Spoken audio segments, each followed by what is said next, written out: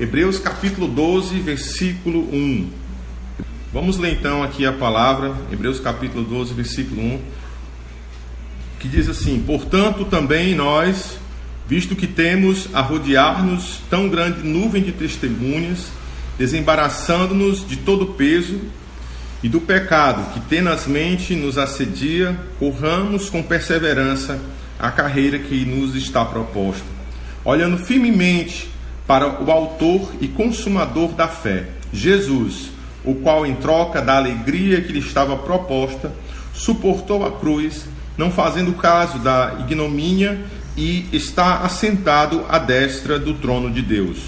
Considerai, pois, atentamente aquele que suportou tamanha oposição dos pecadores contra si mesmo, para que não vos fatigueis desmaiando em vossa alma. Amém, queridos? Então, nós temos aqui um texto que se encontra, claro, no livro de Hebreus, foi onde eu pedi para vocês abrirem. E esse texto, o livro de Hebreus, é um livro no qual ele fala da perseverança cristã, certo? Então, o autor do livro de Hebreus, ele fala da supremacia de Cristo, firmando a fé da igreja, Claro, pelo nome do livro, a gente já vê que a igreja aqui se constituía, na sua grande maioria, ou totalmente de hebreus, E nisso, ele tenta justamente linkar sempre o livro de Hebreus com o Antigo Testamento, mostrando a superioridade de Cristo sobre os anjos, sobre Moisés, sobre a liturgia sacerdotal, sobre o próprio sumo sacerdote. E ele vai, na verdade, trazendo uma explanação sobre isso, explicando e mostrando a grandeza de Cristo Jesus, como Jesus ele é superior, como nós estamos em uma aliança que é superior. Mas eu estava observando esse livro, e sempre que ele explica, ele explana, ele traz um entendimento, ele traz também o quê? Uma exortação. Então, esse livro também é um livro de muita exortação, é um livro para afirmar a fé da igreja, A igreja tem que ter a sua fé firmada. E ele está fazendo justamente isso aqui neste livro. Ele está firmando a fé deles, embasando a fé deles e dizendo que eles perseverem na fé.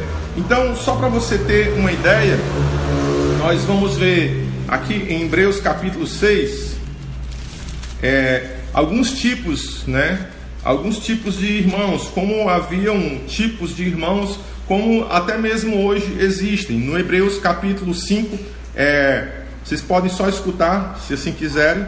Hebreus capítulo 5, no versículo 12 diz assim: pois com efeito, quando devíeis ser mestres, atendendo ao tempo decorrido, tendes novamente necessidade de alguém que vos ensine de novo quais os princípios elementares dos oráculos de Deus. Assim vos tornastes como necessitados de leite e não de alimento sólido.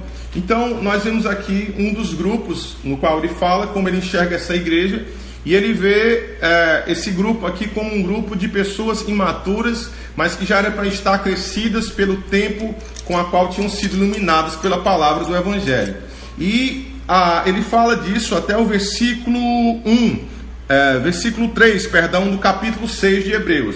Mas já no capítulo 6, no versículo 4, ele já mostra outro tipo de pessoa. Vamos ler aqui pelo menos o versículo 4. Diz: é impossível, pois, que aqueles que uma vez foram iluminados e provaram o dom celestial e se tornaram participantes do Espírito e provaram a palavra de Deus e os poderes do mundo vindouro e caíram, sim, é impossível outra vez renová-los para arrependimento, visto que de novo estão crucificando para si mesmos o Filho de Deus e expondo a ignomínia.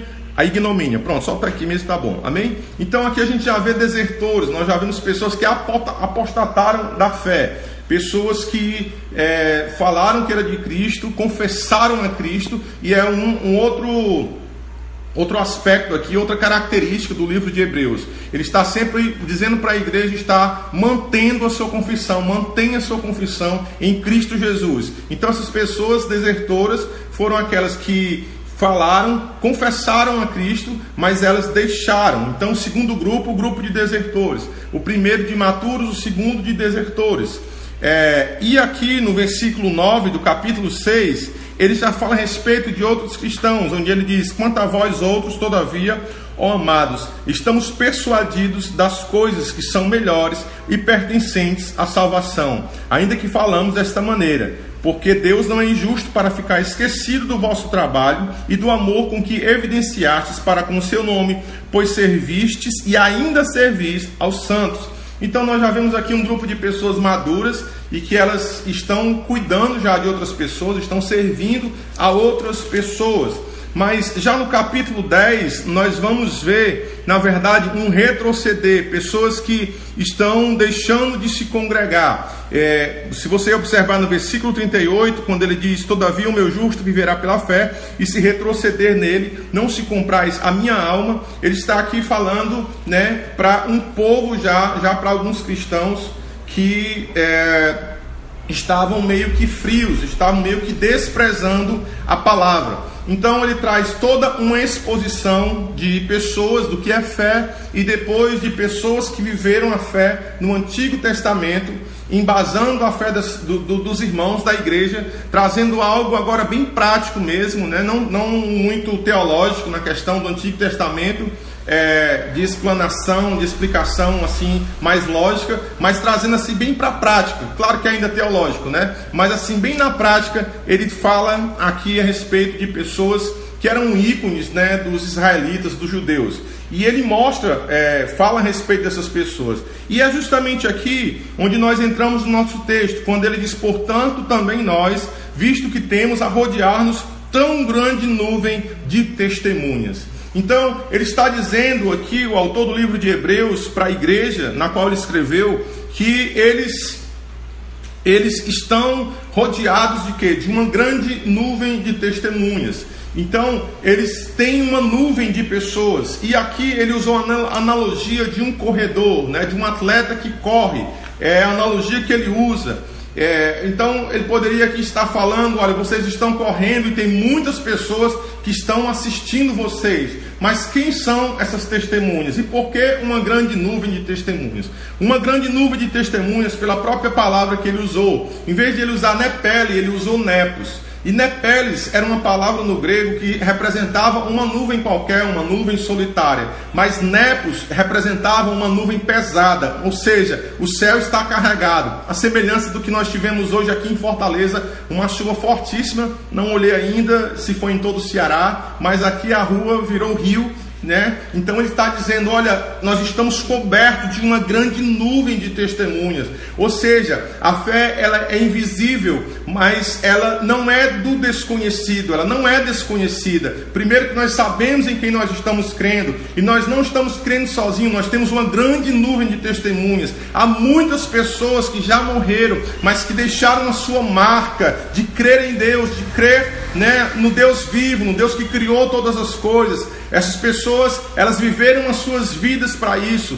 Então, nós não estamos rodeados somente de escarnecedores, somente de lutas, mas nós temos primeiramente uma grande nuvem de testemunhas. E aí, meu amado, glória a Deus por isso, porque nós entendemos que o Evangelho, né, ele é histórico, porque ele se dá na história, no tempo, ok? Num lugar, amém? Com pessoas reais. Então, o Evangelho, ele é histórico, a nossa fé é histórica, e a igreja, ela é histórica. Ou seja, nós podemos olhar para trás e ouvir a antiga igreja. Nós podemos olhar para trás pelas escrituras e ver homens que viveram conforme a vontade de Deus.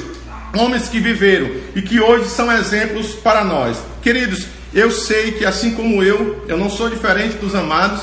Quando nós lemos as escrituras, que nós vemos coisas maravilhosas, né, que Deus faz e com quem Deus faz, então isso incendeia o nosso coração, isso nos dá força, isso nos faz prosseguir, isso nos faz continuar. Quando nós olhamos, né, a palavra de Deus e vemos que nas escrituras pessoas como nós viveram situações, circunstâncias semelhantes, mas elas no Senhor, crendo no Senhor, elas enfrentaram não só as circunstâncias, mas enfrentaram a si mesmas, elas venceram circunstâncias, elas venceram. E eu quero dizer para a amada igreja que nós também estamos vencendo. E por que é que nós estamos vencendo? Porque nós estamos continuando a nossa carreira. Nós estamos vencendo porque nós não estamos parados, amém?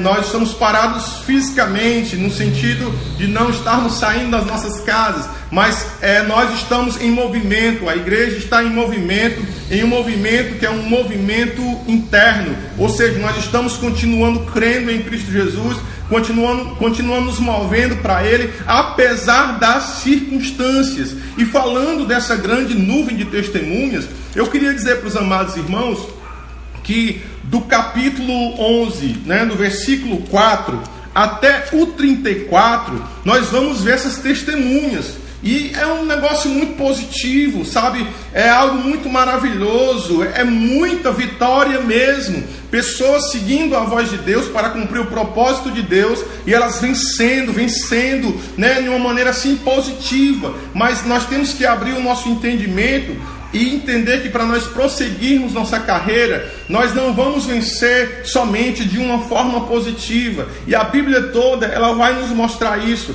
Apesar que muitos de nós estão marcados pelo ensinamento de que agora é só vitória, eu quero dizer que agora é só vitória, mas que nem sempre essa vitória, ela é uma vitória que é positiva. Porque nós vamos ver que dentro dessas grandes nuvens de testemunhas, há uma parte dessas testemunhas, a partir do versículo 35 do capítulo 11, que fala de coisas negativas, mas que nem por isso eles perderam. Perderam o quê? A fé em Cristo Jesus. Por exemplo, em versículo 35 do capítulo 11 diz: mulheres receberam pela ressurreição os seus mortos. Alguns foram torturados, não aceitando seu resgate. Para quê? Para obterem superior ressurreição. Outros, por sua vez, passaram pela prova de escárnios e açoites, sim, até de algemas e prisões. Foram apedrejados, provados, cerrados pelo meio, mortos a fio da espada. Andaram peregrinos, vestidos de peles de ovelhas e de cabras, necessitados, afligidos, maltratados, homens dos quais o mundo não era digno, errantes pelos desertos, pelos montes, pelas covas, pelos antros da terra. Ora, todos estes que obtiveram bom testemunho por sua fé, não obtiveram, contudo, a concretização da promessa, por haver Deus provido coisa superior a nosso respeito, para que eles sem nós não fossem aperfeiçoados. Mostra aqui a unidade da igreja. Nós estamos unidos com o povo de Deus, com a antiga igreja, e unidos nisso, muitos deles, a exemplo de Moisés, que não entrou na terra prometida, mas que fez toda a vontade de Deus e que passou por tanto sufoco, tanta luta, sabe? Da vontade de Deus foi que esses homens não alcançassem a promessa, para que eles fossem aperfeiçoados em nós. Isso mostra mais uma vez que nós somos um corpo, e que não é somente o corpo daqueles que estão vivos agora, mas que esse corpo que representa a igreja, também esse corpo que é uma analogia à igreja, também é representado, na verdade, pela igreja, pelo povo de Deus do Antigo Testamento de Israel, aonde agora nós estamos completando esse aperfeiçoamento numa maior aliança com um sumo sacerdote que é eterno, amém, que é maior do que os anjos, que é maior do que Moisés, como aqui nós falamos. Então, queridos, nós temos que ter essa convicção em nós, amém? Que nós temos a fé, e essa fé na verdade não é tudo dar certo, mas é nós avançarmos no propósito. E o nosso propósito é fazer a vontade de Deus. O nosso propósito é seguir a Cristo Jesus. O nosso propósito é agradar a Deus. O nosso propósito é ouvir a sua voz e prosseguir, porque muitos já ouviram e eles venceram mesmo que ainda assim tenham morrido, tenham sofrido. Então nós também vamos vencer. Eu falei, nós vamos vencer e já estamos vencendo e somos vencedores, amém? Eu falei esses dias, eu tenho observado, olhando para mim mesmo, sabe? E para algumas pessoas, que essa quarentena, ela tem nos feito passar por fases, né? Então, fases da irritação. Então, já percebi minha esposa irritada, eu já me percebi irritado, eu já percebi pessoas deprimidas, né? Pessoas tristes, e é claro, nós somos feitos como indivíduos, mas nós também somos pessoas sociais. Então, nós precisamos estar só, mas também precisamos estar em comunhão, certo? E nós estamos passando por isso, né? Uma pequena luta, na verdade, diante de tudo aquilo que nós acabamos de ler, que as testemunhas viveram. Então, em nome de Jesus, essa é uma palavra para te acalmar, para acalmar o teu coração, para acalmar a tua alma. E nós não temos alma, nós somos alma. Eu sou alma, você é alma. Então, que todo o seu ser,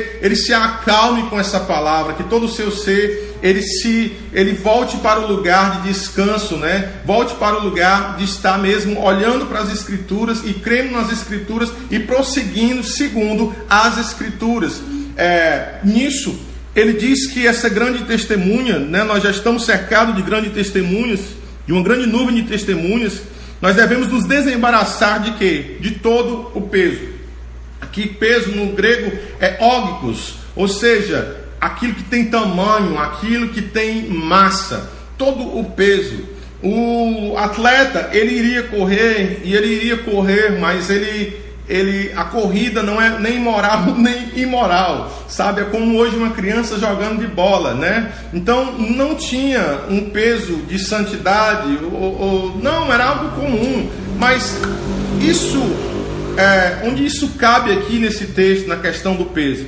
Cabe, queridos, no sentido em que, na verdade, muitas coisas que são até mesmo não são imorais nem morais, nos trazem peso.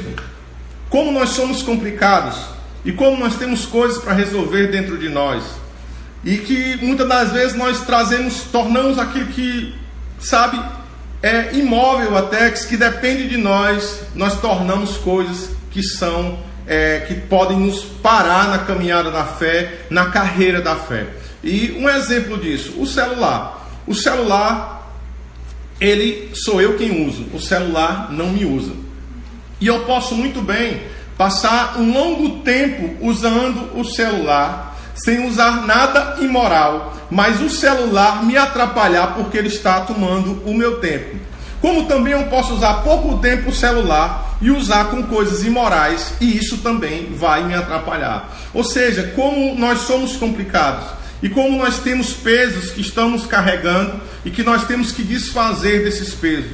Como tem coisas que na verdade não são nem pesos reais, como uma vez eu preguei na igreja, mas que nós tornamos peso pelo estado de como está a nossa alma, né? Pelo estado em que nós nos encontramos. Então, ele está colocando aqui, olha, deixe os pesos. Existem coisas que são pesos, ele não coloca aqui como pecado, mas que podem trazer uma confusão para você. Você pode estar aflito por coisas que nem vão acontecer. Você pode estar aflito por algo que na verdade Deus já resolveu. E nós estamos muitas das vezes colocando os nossos corações no entristecimento, parando a nossa alma na carreira da fé por pesos que não existem, que são irreais. Então, tire todo o peso, desembarace de todo o peso, né? Tira toda essa confusão. E aí, ele diz o quê? Para nós deixarmos, né? Desembaraçarmos dessas coisas, tirarmos essas coisas. Por quê? Porque essas coisas, elas tiram o nosso tempo, elas tiram a nossa força de caminhar. A alma, né? Quando nós estudamos a respeito da alma, é difícil de definir a alma, sabe? Então tem muitas palavras a respeito do que a alma, os filósofos fizeram muito isso. Mas quando nós olhamos a respeito da alma, nós vemos sempre que uma das coisas que eles dizem que a alma é o ânimo, ou seja, é o que anima o corpo, é o que movimenta o corpo. Então, corpo parado, alma parada. Então, corpo desanimado é alma que está parada. E será que a alma está parada por causa de um peso? Então, que nesse tempo você não esteja com a sua alma parada, mas sua alma em movimento para aquele que um dia soprou almas, né? Que soprou a alma no ventre da sua mãe e você nasceu. Que nós estejamos tirando todo o peso, estejamos tirando toda a ilusão, tudo aquilo que pode estar nos arrancando força para viver e viver em Cristo Jesus. Mas ele fala também a respeito do pecado. O pecado que o que? Tenazmente nos assedia. Assedia aqui é trecho e significa pessoas com pressa, correr. Já pensou? Então é o pecado também. ele é algo que acelera esse processo de nós não corrermos. Aqui foi traduzido por nos rodear. Então vamos pensar, rodear correndo. O pecado, ele muitas das vezes está ali ao nosso redor e ele nos prende também, trazendo verdadeiramente peso sobre as nossas vidas para nós não continuarmos. No Antigo Testamento nós vamos ver vários exemplos quando o povo de Israel, eles estavam caminhando para vencer nas suas guerras, e eles não venciam por desobedecerem uma palavra que o Senhor dizia, né? Uma palavra que o Senhor liberava sobre eles, para eles estarem ali obedecendo e assim vencendo. E era o que? O pecado, né? O pecado, porque eles desobedeciam à voz de Deus. Então, o pecado que tenazmente ele está, né, ali tentando nos tragar, tentando tomar as nossas forças. Ele diz que nós temos que deixar esse pecado para que nós venhamos correr a carreira da fé. Então, imagine aí, nós estamos, né, num tempo dentro da nossa casa. E por que a sua alma está cansada? Por que a minha alma se cansa? Por que a sua alma se cansa? Não é porque nós estamos no corre-corre, sabe? Mas é porque a alma cansa, porque tem pesos e tem pecados para serem tratados, no sentido, pecados têm que ser deixados, na verdade, né? Mas a nossa alma é que tem que ser tratada, e temos que deixar pesos que não cabe a nós levarmos, que nós tornamos, na verdade, em peso, quando nem peso era, como eu acabei de falar, amém? E o que ele diz no versículo 2 do capítulo 12 é: olhando firmemente, né? Olhando firmemente para o autor e consumador da fé, Jesus. Então, olhando, o que é que o olhar ele denuncia? Olhar fala de olhos. E os olhos da pessoa manifestam justamente a alma de uma pessoa. Então, vai fazer, o olhar de uma pessoa mostra a pessoa, quem é a pessoa, o coração da pessoa. Eu costumo dizer, amados, que nós temos que entender isso, que a Bíblia ela tem uma linguagem, certo? Uma linguagem figurativa, onde ela mostra que alguns órgãos nossos eles estão ligados totalmente ao coração. A boca é uma delas, e os olhos também. Os olhos revelam a nossa alma. Em Mateus capítulo 6, no versículo 22 diz: se os olhos são os olhos, a lâmpada do corpo. Se os teus olhos forem bons, todo o teu corpo será luminoso. Então, os olhos estão revelando o nosso íntimo, os olhos estão revelando o nosso coração. Os olhos estão revelando quem nós somos, em que estado nós estamos. E ele está mostrando, né, qual decisão nós estamos tomando. Se nós estamos tomando a decisão de olhar firmemente para Jesus ou não olharmos firmemente para Jesus.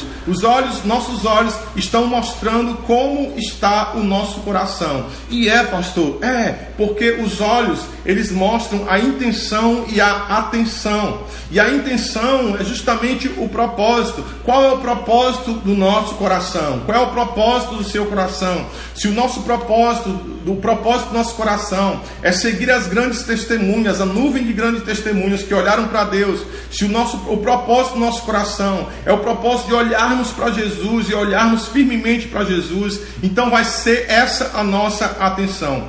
Se a sua atenção, amados, ela está sempre, né, de uma forma demasiada em outras coisas, se a tua atenção no que você mais tem pensado, sabe, está mostrando que você não está pensando nas coisas que são do alto, eu quero lhe dizer que nós precisamos mudar o nosso olhar. Nós precisamos olhar para Cristo Jesus. Nós precisamos olhar para Ele e não deixarmos mais de olharmos para Ele. Muitas das vezes, eu me lembro que pegando um ônibus, eu começava a adorar a Deus, sabe? Quando eu ia para o trabalho ou para o colégio, e eu estava ali pegando o ônibus e começava a adorar a Deus, e o ônibus lotado, às vezes eu com fone de ouvido, escutando um louvor, e de repente, quando eu menos olhava, as lágrimas estavam descendo, sabe? Muitas das vezes eu fiz isso no ônibus, eu fiz isso no trabalho e em tantos outros lugares. Me lembro que uma vez, quando meu computador deu problema, eu fui para uma lan house e eu escutei uma pregação do David Wilson, onde ele disse que estava cansado de ouvir a respeito de que haveria um avivamento e que esse avivamento nunca chegava. Quando eu comecei a ver aquela palavra, irmãos, essa palavra assim me pegou fortemente naquele lugar, sabe? Ela me tomou por inteiro e eu me desmanchei. Eu olhava para um lado e para o outro e eu olhava e disse: meu Deus, vão dizer que eu sou doido, que eu acabei de ver uma notícia de alguém que morreu. Mas não, era Deus me quebrando todinho por dentro, era a sua palavra penetrando o meu coração. Amém, queridos? Então nós temos que olhar firmemente para Jesus, com quarentena ou sem quarentena, com problema ou sem problema, né? Na verdade, tendo uma vida que no momento está positivo ou no momento negativo, nós temos que olhar firmemente para Jesus, fixar os nossos olhos em Jesus, porque fixar os olhos em Deus representa estarmos à procura da sua vontade. Salmo 141, no versículo 8, a palavra diz assim: pois em ti, Senhor Deus, estão fitos meus olhos, em ti confio, não desampares a minha alma. Então, os olhos fitos em Deus. Nós vamos ver vários salmos que vão falar sobre isso, sobre os olhos estarem atentos para o Senhor. Para quê? Para escutar a voz do Senhor, para saber a vontade de Deus e seguir a sua vontade. Então, os olhos fixos, né, em Cristo Jesus também não é diferente. É olhar para Ele, para que nós venhamos seguir também, né, Ele, para que nós venhamos ter Ele como propósito, para que nós não venhamos desviar a nossa atenção, mas estarmos com uma intenção que gera uma atenção sobre Ele e para Ele. Amém, queridos? Então é necessário que nós venhamos caminhar dessa forma. E aí, queridos, nada melhor do que esse tempo, porque esse tempo é um tempo de você se encontrar com você mesmo. Esse tempo é um tempo de jejuns. Você pode observar que apesar de estarmos muito dentro da nossa casa, nós estamos falando menos, nós estamos cantando menos, eu não sei, mas pelo menos falando menos nós estamos. Talvez nós estamos dormindo mais, ou seja, fechando mais os nossos olhos, e talvez isso gere dentro de nós um sentimento de morte, porque quem fecha a boca e não fala e quem fecha os olhos, sabe? Só que em Cristo Jesus, morte foi transformada em sono, sabe? E sono é justamente esse tempo das coisas irem para o lugar. É justamente esse tempo onde a nossa mente descansa para as coisas se encaixarem. Então, os psicólogos, eles sabem disso. É preciso que você durma, para que quando você estiver dormindo, as ideias se organizem, os planos se organizem, mesmo de uma maneira inconsciente, para que no outro dia você parta, né, para a vitória, aí, parta para trabalhar, para resolver tudo que tem que ser resolvido, para viver a vida. E nós estamos meio que nesse sono, nós estamos meio que em alguns jejuns, e estamos para sermos organizados, para vermos, estarmos um pouco mais conosco mesmo. Ou seja, às vezes para vermos Jesus nós temos que fechar os olhos. Às vezes para nós vermos como nós estamos, nós temos que fechar os olhos. Ou seja, olhar para Jesus, às vezes, fitar os olhos em Jesus, às vezes, muitas das vezes, fechar os olhos para saber como Ele está. Porque Ele está não fora, mas Ele está no nosso íntimo. E qual é o lugar que Ele tem dentro de nós? Qual é o lugar que Ele tem no nosso íntimo? Qual é o lugar que Ele tem na nossa intimidade? Porque o lugar que Ele tiver na nossa intimidade, Ele vai ter na nossa intenção e, como consequência, na nossa atenção. Então nós estamos passando por esse tratamento, nós estamos passando por tudo isso. E aí, amados, é onde nós temos que vencer o medo, né? Vencer o medo, porque o medo, falei um pouco aqui já, ele amplifica muito as coisas dentro de nós. Ele é um amplificador de problemas, ele é um amplificador até daquilo que não é problema. Mas só vamos vencer tudo isso sabendo quem está dentro da casa, sabendo quem está dentro de nós. Ou, na verdade, deixando os pesos, olhando para as testemunhas, deixando os pecados. Sabe por que a solidão, ela é um lugar de tentação? A solidão, ela é um lugar de tentação porque toda a tentação, ela é individual. Por que a tentação é individual? Porque a tentação, ela é no íntimo.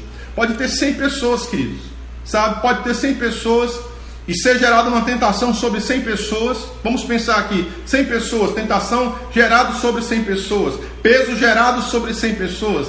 Mas pode ter uma lá que diz assim: isso daí não é peso para mim. Pode ter uma lá que está olhando para Jesus e vai dizer, dentre essas 100, ela é a única que vai dizer: isso daí não é peso para mim, isso daí não é tentação para mim, eu estou olhando para Cristo Jesus. Você está entendendo? E por que não é? Porque no íntimo ela está olhando para Jesus. Porque no íntimo ela tem Jesus como foco, queridos. Então tentação pode ter 100, pode ter 10, pode ter 1000. É por isso, queridos, que muitas das vezes nós vamos ver nas Escrituras um homem só vencendo toda uma batalha que nem Davi. Porque enquanto muitos estão sendo vencidos pelo medo, existe um homem que lá no íntimo, ele tem intimidade com Deus, ele sabe quem é Deus, e ele sabe que pode descer para o vale, e ele sabe que pode derrubar os gigantes. Porque ele sabe quem é o Deus de Israel, ele sabe quem é o Criador, ele sabe em quem tem crido, e por isso ele derruba os gigantes, e por isso ele se torna uma testemunha, amém? Então nós temos que entender isso, amados,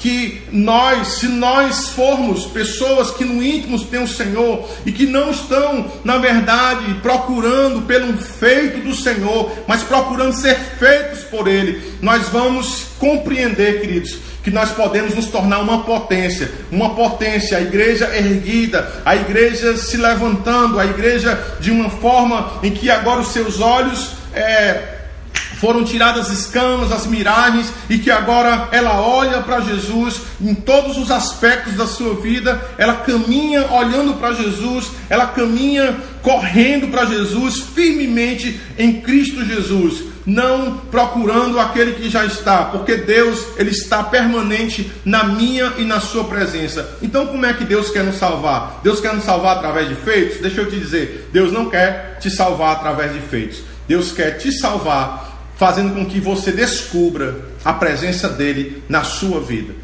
Você que está me ouvindo, você que tem o Espírito Santo de Deus, o Espírito de Deus está aí. Mas é preciso, Ele habita em você, sabe? Mas é preciso que você alimente essa intimidade, esse relacionamento. E mesmo num tempo desse, é por isso que tantos estão sendo tão tentados. Ah, mas como é que pode? Mas eu não estou lá fora, mas eu não estou vivendo, né, aquela correria, mas eu estou sentindo só, estou sozinho, estou mais no meu quarto, estou mais calado, estou sendo tentado. Porque tentação, né, ela é tentação no íntimo, é tentação no indivíduo. E é preciso que nós venhamos correr uma carreira que não é uma carreira com os pés físicos, mas com a nossa alma. Corrermos para ficarmos com os olhos nele, que é o autor e consumador da nossa fé. Jesus, ele não só começou uma boa obra, mas ele vai terminar essa boa obra. Gosto muito desse texto em Filipenses capítulo 1, versículo 6, que diz: estou plenamente certo de que aquele que começou boa obra em vós há de completá-la até o dia de Cristo Jesus. Amém? Então Jesus, ele começou e ele vai terminar essa boa obra. Ele vai fazer, ele está fazendo em você aquilo que ele quer. Amém? Aquilo que é da sua vontade. E esse consumador e esse autor da nossa fé, que é Jesus, ele fez isso em troca de quê? Da alegria que lhe estava proposta. Suportou cruz, não fazendo caso da ignomínia ou vergonha, e está sentado à destra do trono de Deus. Então, em troca de que Jesus fez isso? Em troca da alegria. E eu queria aqui supor um pouco, né, desse tipo de alegria que Jesus teve. Eu queria lhe convidar para você abrir a Bíblia lá em João capítulo 17, no versículo 24. João 17, versículo 24. Eu creio plenamente que essa era uma das alegrias de Cristo Jesus, sabe? Jesus, ele não estava sofrendo tudo em vão, à toa, tinha um propósito, e esse propósito trazia alegria. Então, mais uma vez, nós vemos que a questão não é as coisas estarem bem, mas é o propósito. Nós temos que estar de olho no propósito, e esse propósito tem que ser um propósito que nos traz alegria. Porque é assim que nós vamos continuar, mesmo em meio a lutas e dificuldades, em meio a sofrimentos, mesmo em meio a lutas internas ou externas, nós vamos prosseguir, nós vamos continuar, porque nós temos que entender que mesmo esses homens, né, como Abraão, como Moisés, eles temeram, sabe? Eles temeram. Moisés chega, Deus, o povo vai me apedrejar. Nós vemos, né, muitas perseguições com todo o povo de Deus. Então esse mundo, ele verdadeiramente ele nos expurga, ele nos escarneia. Mas aqueles que estão em Deus, Deus é a sua alegria. Aqueles que estão em Cristo, Cristo é a sua alegria. Então João capítulo 17, versículo 24, diz assim: Pai, a minha vontade é que onde eu estou, estejam também comigo os que me deste, para que vejam a minha glória que me conferiste, porque me amaste antes da fundação do mundo. Pai justo, o mundo não te conheceu, eu porém te conheci, e também estes compreenderam que tu me enviaste. Eu fiz conhecer o teu nome e ainda o farei conhecer, a fim de que o amor com que me amaste estejam neles e eu neles esteja. Então Jesus está dizendo: olha, Pai, eu quero, Senhor, eu quero que esses estejam aonde eu estiver. Então nós vemos aqui plenamente a salvação do Senhor, Jesus Cristo manifestando isso, sabe? Que a sua morte, tudo o que ele passou, tinha um propósito, era o propósito de ser um com a igreja. Ser um com a igreja não no sentido só de um arrebatamento também, mas no sentido deles terem o seu espírito e se tornarem um. Porque isso era a profecia bíblica, onde Deus não escreveria mais em tábuas de carne, mas nas tábuas do nosso coração, onde ninguém mais perguntaria, né, sobre o Senhor, porque todos iriam conhecer o Senhor, e conhecem o Senhor por quê? Porque Ele habita dentro, porque Ele está dentro, Ele começou uma obra, Jesus morreu, e porque Jesus morreu, o seu Espírito veio, Ele foi para que o Espírito viesse, e agora nós não conhecemos o Senhor somente no sentido externo, mas nós conhecemos Ele de uma maneira interna, amém, queridos? Então, essa é uma alegria do Senhor, que nós devemos nos tornar um com Ele, que nós estejamos onde Ele está e estejamos de uma forma que é com o seu Espírito. E por isso, Jesus ele desprezou o desprezo. Jesus desprezou o quê? O escárnio, a vergonha. E aí eu queria lhe convidar aqui, para nós abrirmos mais uma vez a palavra, lá em Mateus, no capítulo 27. Amém? Abra sua Bíblia em Mateus, capítulo 27.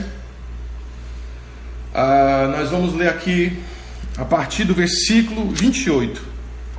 Olha o que Jesus passou, e eu não quero aqui trazer, na verdade, um sentimentalismo a respeito disso, até porque, imagine, Jesus era a pessoa que era para estar mais ferida dos seus sentimentos, mas ele não estava, ele estava alegre, com dor, mas alegre, olhando para a alegria, focado na alegria. Aquela alegria que nós lemos, Jesus tinha no seu coração. Então Jesus estava focado na vontade do Pai, em fazer a vontade do Pai, focado em ver a igreja nascendo, a igreja recebendo o seu Espírito. E olha o que é que diz aqui em Mateus capítulo 27, no versículo 28. Despojando das vestes, cobriram-no com um manto escarlate, tecendo uma coroa de espinho, puseram-lhe na cabeça e na mão direita um caniço, e ajoelhando-se diante dele, o escarneciam, dizendo: Salve, Rei dos Judeus! E cuspindo nele, tomaram o caniço e davam-lhe com ele na cabeça. E depois de o terem escarnecido, despiram-lhe o manto e o vestiram com as suas próprias vestes, e em seguida o levaram para ser crucificado.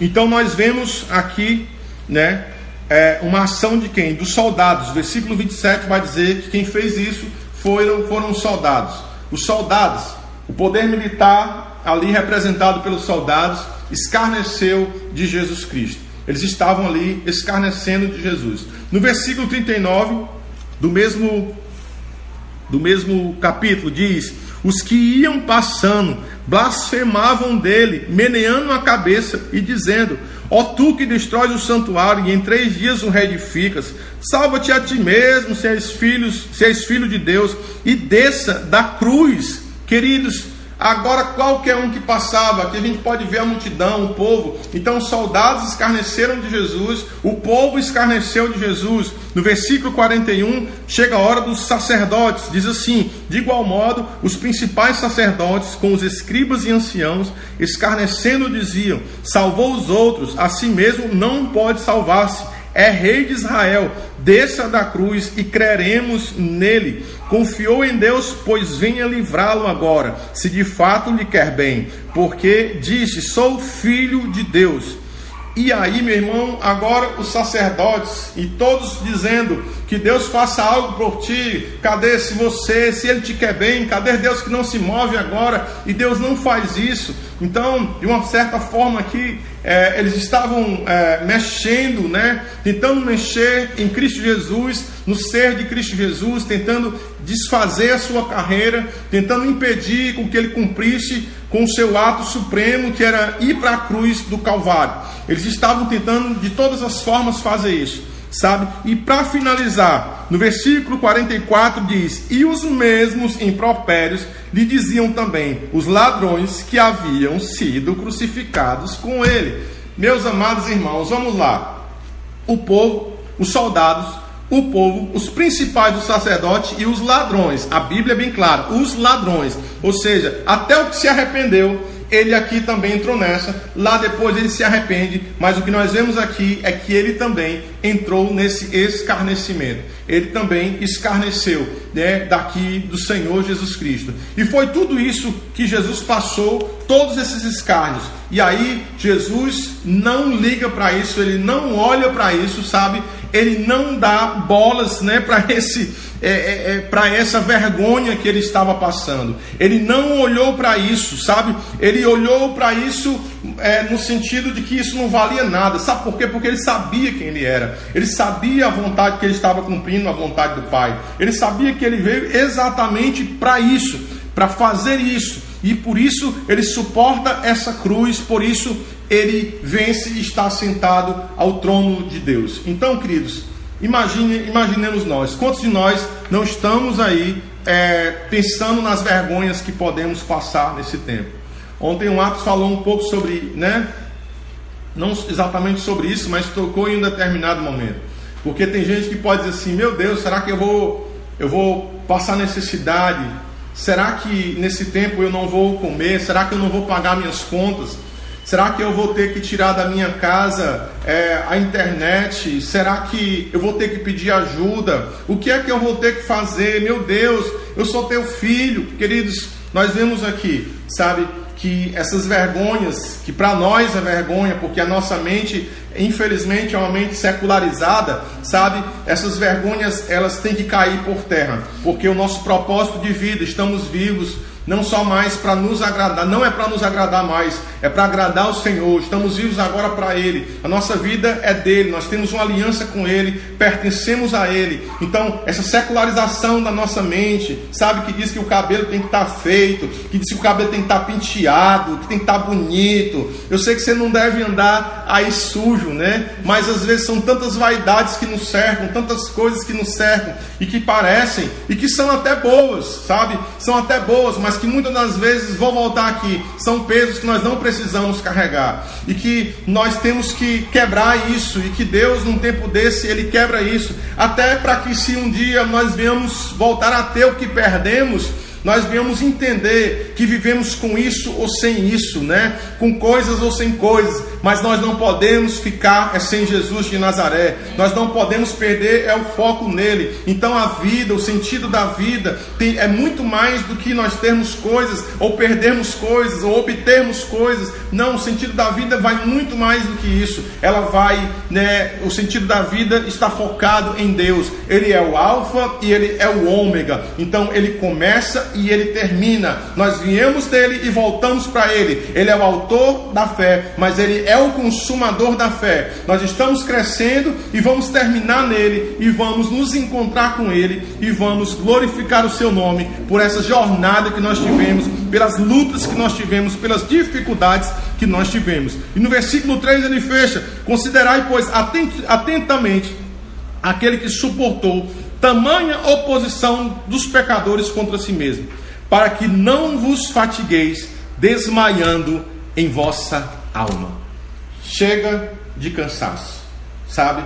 Chega de cansaço, cansaço na alma, fadiga na alma, por coisas que não são tão importantes, por coisas que não são tão importantes. Alguns já sabem, já me escutaram falando isso, mas eu queria fazer questão aqui de repetir para vocês. Eu morei por 18 anos no Planalto do Pici. Eu enfrentei muitas lutas naquele lugar, sabe? Não pelo lugar em si, no sentido dos meus vizinhos, eram bons vizinhos, alguns, né? Mas enfrentei muitas lutas ali, sabe? E uma delas que eu enfrentei, um jovem dependente químico com problema familiar, ele usava droga de madrugada e ele começava a andar nos telhados da casa. Ele andava nos telhados da casa de uma maneira que a gente acordava escutando ele andando.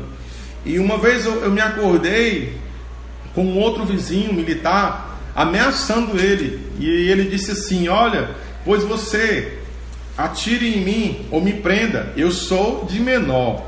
E aquele menino, ele andou em cima dos telhados e andava de madrugada. Eu entrei numa tristeza da minha alma, no sentido de que eu, quando saía do trabalho, eu não tinha mais vontade de ir para casa. Isso sem eu perceber. Eu estava caminhando para o ônibus, para pegar o ônibus, para a parada de ônibus, para voltar para casa, e eu sinto aquela tristeza, né? E a vida de pastor nos faz bem sensíveis a muitas coisas espirituais, a nos compreendermos, a compreendermos o tempo que nós estamos vivendo, as outras pessoas também, e automaticamente a ficha caiu. Eu disse: que tristeza é essa que eu estou sentindo em voltar para minha casa? Parecia que tinha apertado um botão quando terminou o expediente, sabe? Um botão lá da minha alma, né? E aí foi que eu me toquei. Eu disse: rapaz, isso é porque eu estou com um problema que eu não posso resolver. Porque se eu mexer com aquele rapaz, a confusão vai ser grande, né? Se eu for atrás de falar com ele, vai ser grande. Ele é um dependente químico, está se envolvendo com outras pessoas que estão na mesma condição, e isso vai gerar problemas maiores. O problema acabou quando aquele rapaz foi ceifado da vida dele. Outra vez, estava lá, meu filho brincando do lado de fora, e quando eu estava brincando do lado de fora, ele brincando do lado de fora, começou um tiroteio. O portão estava fechado. Meus queridos, foi um desespero naquele dia. Fiquei super desesperado porque não sabia onde é que estava a chave. Parece que nesses momentos você, né? Então esquece onde está a chave. Eu desesperado, e meu filho abre, meus irmãos, e a bala comendo no meio da rua. E todos os meninos entraram, ficou só o meu filho do lado de fora. E ali eu peguei e fui abrir o portão, né? E consegui quando as balas pararam. Então foi Deus que guardou meu filho. E se eu fosse falar para você as angústias que eu passei ali, sabe, foram muitas. Mas pastor, onde o senhor quer chegar? Depois que nós saímos de lá e viemos aqui para o Jockey Club, para uma casa espaçosa, nem telha tinha, era forrada, né? Que não era essa casa aqui ainda. Nós estávamos ali naquela casa e os meus filhos, eu conversando com os meus filhos, eu perguntei para eles se eles queriam voltar para aquela casa. E eles disseram: pai, nós estamos com saudade daquela casa. E sabe por que eles tinham saudade daquela casa? Porque eles tinham, na verdade, boas memórias daquela casa. Então eles tinham uma boa memória daquela casa. Eles tinham uma boa lembrança. Porque apesar de tudo fora, está em uma situação, muitas coisas fora naquele bairro, está em uma situação difícil, infelizmente, como ainda hoje está, principalmente agora nesse tempo. Acabei de ser informado, né, à tarde sobre isso. Apesar de tudo isso, nós vivíamos bem no nosso lar. Ali nós sorrimos, ali meus filhos cresceram, ali os meus filhos se alegraram. Então eles tinham uma boa memória, apesar de tudo aquilo que estava acontecendo ao redor deles. E eu quero dizer para vocês que é justamente essa boa intimidade que nós tínhamos na nossa casa, nossa família naquele lugar, que fazia a nossa alma não desmaiar diante das circunstâncias, né, que nós enfrentamos naquele lugar, a distância da igreja. Foi justamente por isso, porque nós vivíamos bem. E não é diferente no seu relacionamento com Cristo.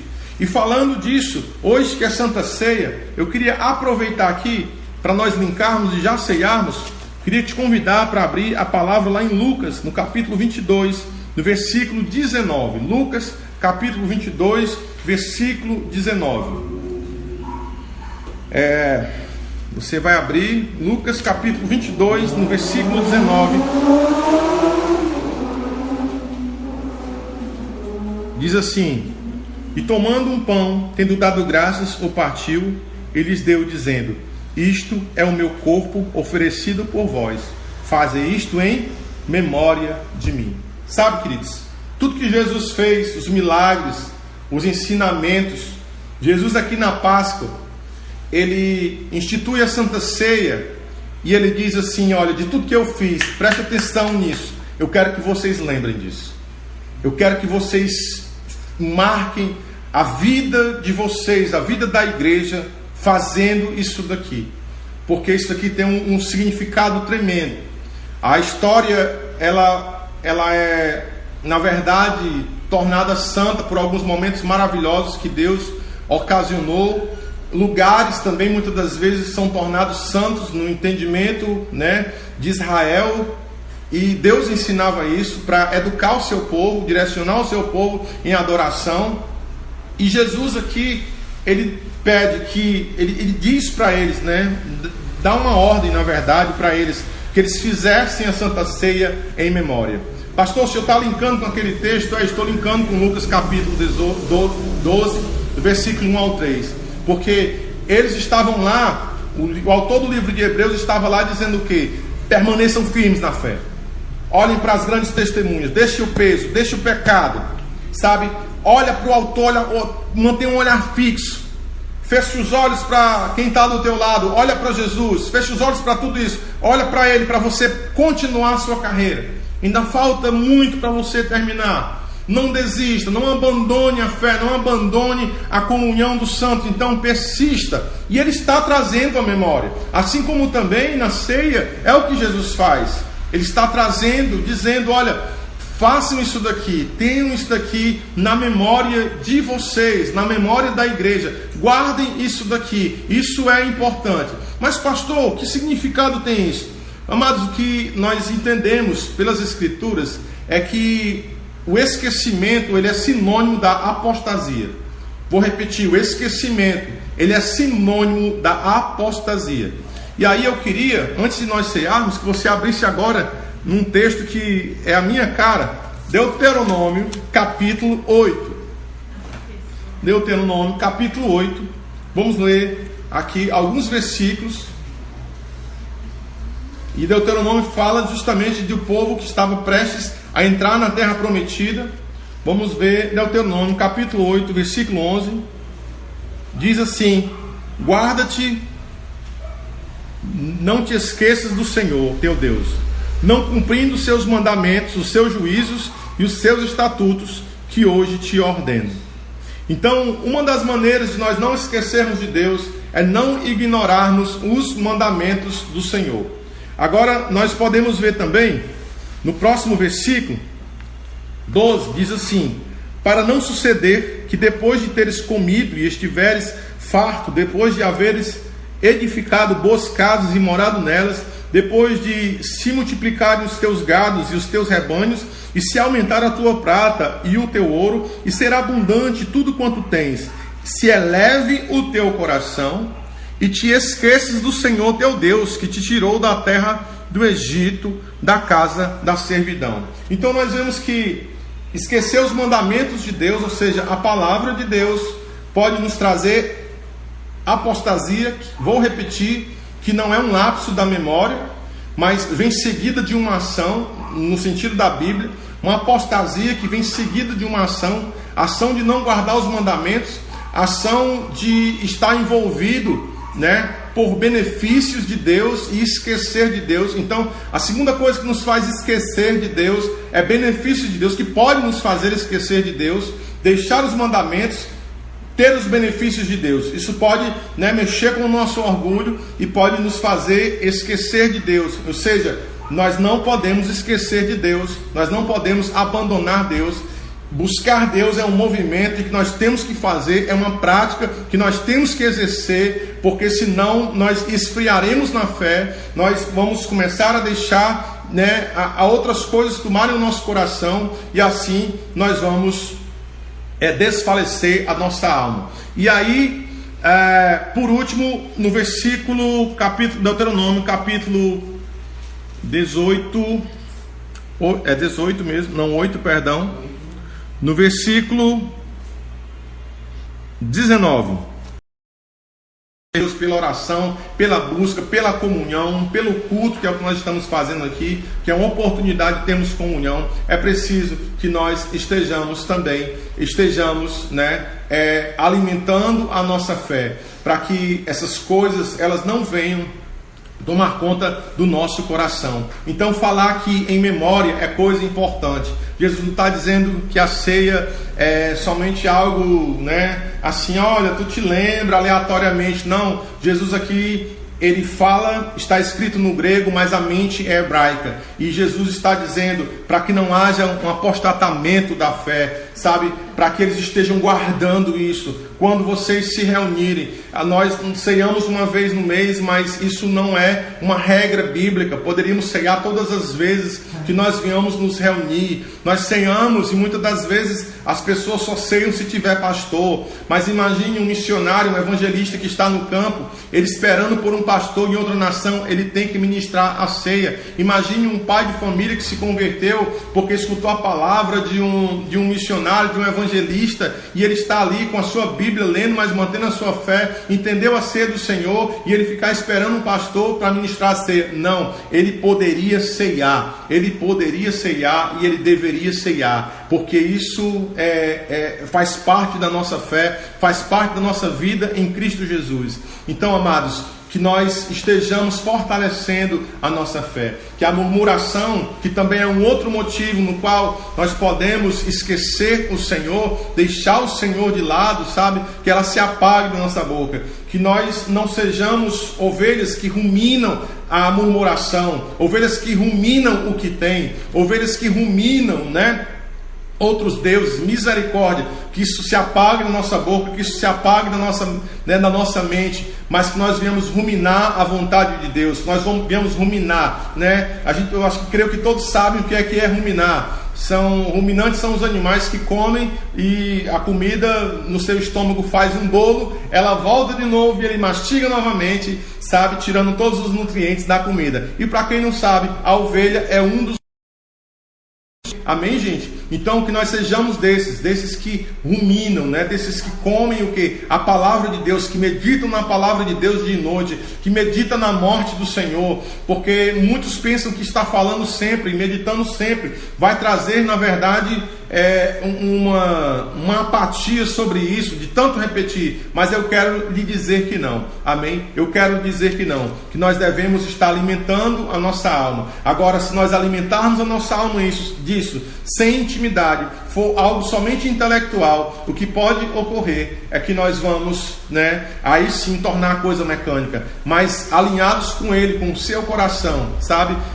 Nós vamos fazer isso de uma maneira totalmente diferente. Nós vamos ceiar porque amamos o Senhor, porque estamos com Ele, estamos caminhando com Ele, porque descobrimos que a sua presença não está fora, mas está dentro.